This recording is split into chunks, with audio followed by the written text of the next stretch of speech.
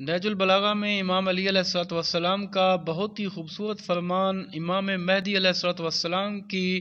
عالمی حکومت کے متعلق امام علیہ السلام فرماتے ہیں کہ یہ دنیا ایک دفعہ پھر ہماری طرف جھکے گی جیسے ایک سرکش اونٹنی اپنے دودھ پیتے بچے کی جانب جھکاؤ دکھاتی ہے۔